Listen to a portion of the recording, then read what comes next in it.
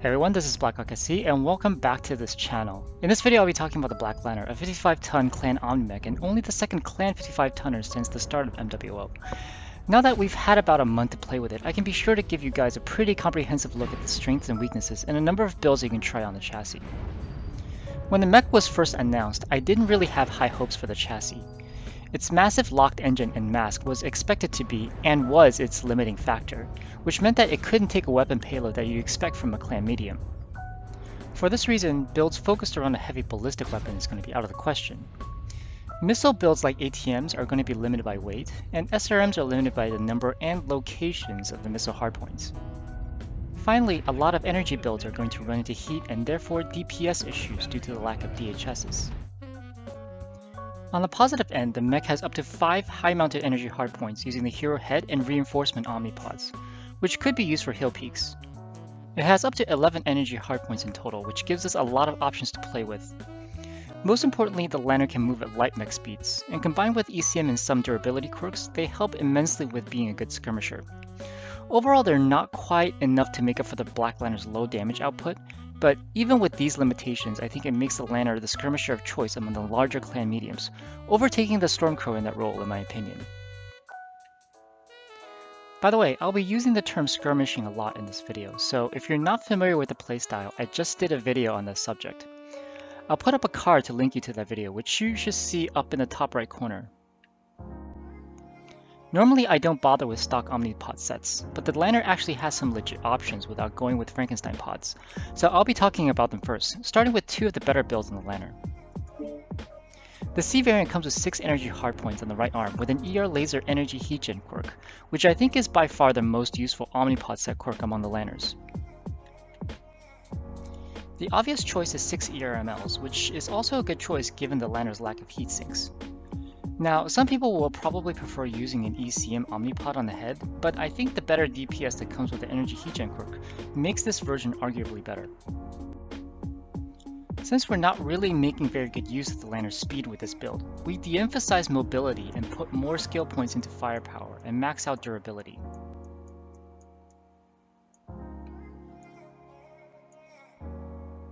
The A variant comes with a PPC velocity quirk, but if you try to build it with ER PPCs, you'll find that while it has the tonnage to run 2, realistically you can only take 1 because it doesn't have the tonnage for any additional heat sinks. However, with the stock Omnipods, you've got ECM and 4 energy hardpoints, which gives you quite a few options with the clan lasers. My preferred version runs 2 heavy large lasers, which gives you a good poke alpha at mid-range and decent heat efficiency. You can also put an extra ERML on the left side for better alphas, or move a heavy large to the left torso, which is higher mounted than the left arm lasers, at the expense of convergence. Another option is to split the 2 lasers across the left torso and right arm, which would give you 2 high mounted lasers, but you would have to expose more of your mech when you have to corner peek. The skill tree would look exactly the same as the one I showed on the C, since they're both peak focused builds. The E can also run dual heavy larges just as well as the A, and you have the option of exchanging the ECM for a 5% heat gen quirk using the stock Omnipods. I still think the ECM is better, but if it was a 10% quirk like with what you get with the C for ER lasers, the trade would be worth it. With the Prime variant, I want to bring up a missile option, even though there's no good missile builds on the Lanner. The Prime has 2 missile hardpoints with some minor missile cooldown and velocity quirks. If there were more missile hardpoints, I see this being an SRM boat, or if it had more tonnage, ATMs would be a good choice. These limitations make it really tough, but I think a laser SRM skirmisher like this is the best we can do given the alternatives. This is basically the firepower of a light, so you're going to struggle to get enough damage output, but as I mentioned in my skirmishing video, the ECM and durability quirks are going to help with that role. The lasers make it so that you don't have to engage a brawl distance, which is what you should be avoiding. If you want to go full SRM, you can run ECM and 4 SRM6s without Artemis using the E and C arm Omnipods.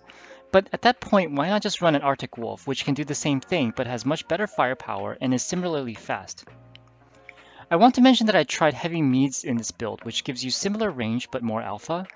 However, I found that triple heavy meads to be way too hot and double heavy meads have too much face time to be worthwhile.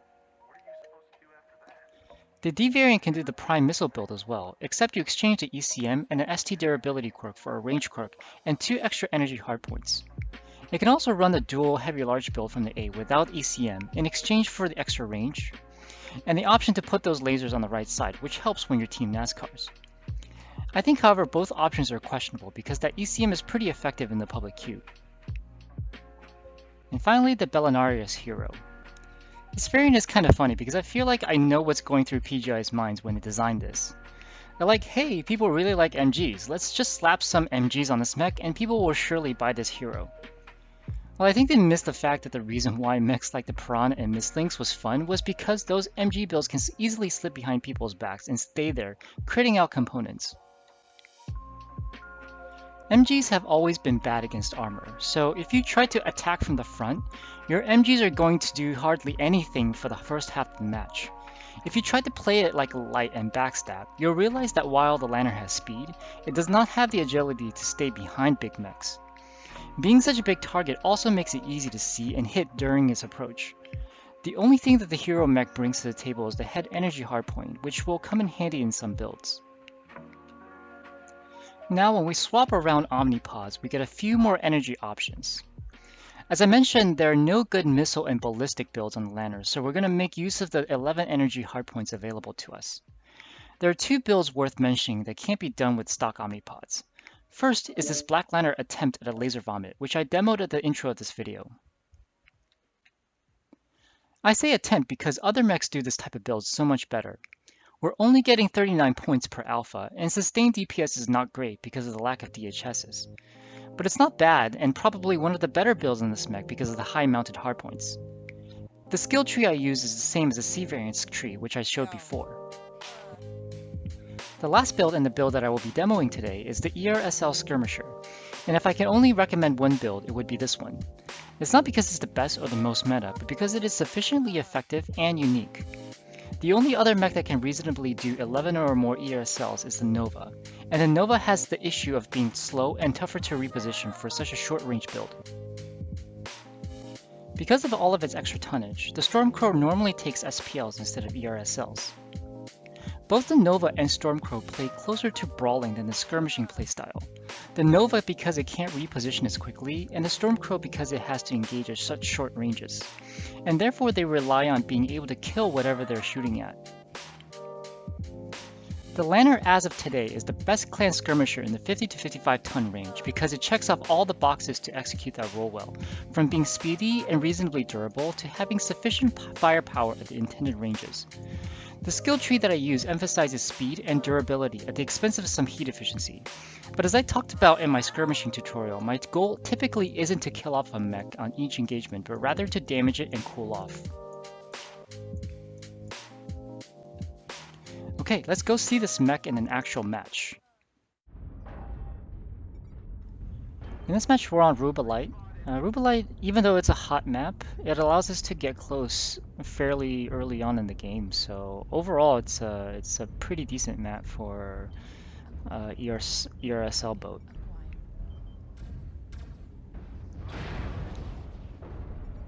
And we gotta poke off of that Arctic Cheetah. I'm not gonna go and rush in just so quickly because I don't know whether there's any mech supporting him there or not.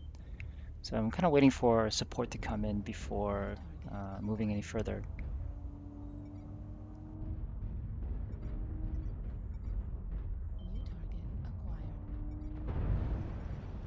See, there's fire coming from down under there, but I don't want to rush in right away.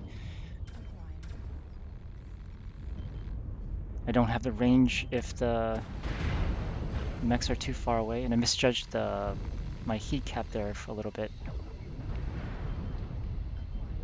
It just got to the heat limit.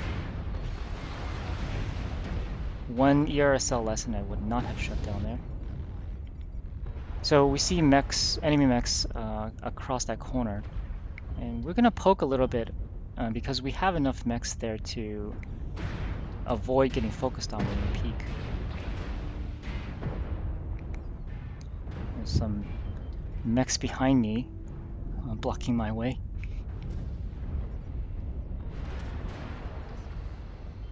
Oh, somebody else gets the kill there. Could have finished off his leg.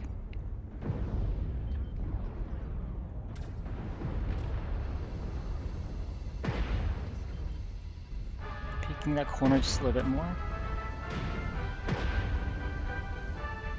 And I got friendly fire in the back. I think it's that Kodiak. The LBX Kodiak. Also blocking my way. Not only blocking my way, but also friendly firing me. Helpful teammates. Anyways. Mostly providing fire support at this moment. Team has a big lead, so we just need to make sure we keep that. Making sure we don't overextend ourselves in terms of heat. So we're just firing the 5 ERSLs tied to our second weapon group. I want to get a back shot here. Finish him off.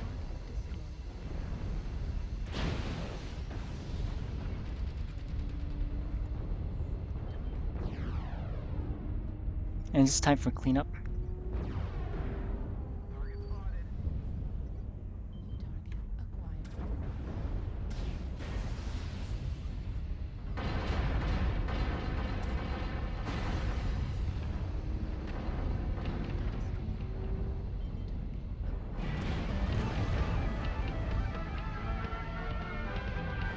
And one left. So hopefully you see this mech, some of the decision making that I've been making, decisions that I've been making, like not engaging without friendly support, trying to get behind enemies and not attacking, not making frontal attacks as Skirmisher should do. I'm not quite sure how I got the 23 team damage here. Probably when the enemy died I shot through it. Okay guys, I hope you found this video to be helpful for you. If you have your own builds that you'd like to share, leave a comment below, or if you disagree with me, let me know as well. As always, thanks for watching, make sure to like this video and subscribe for more content like this. And see you next time.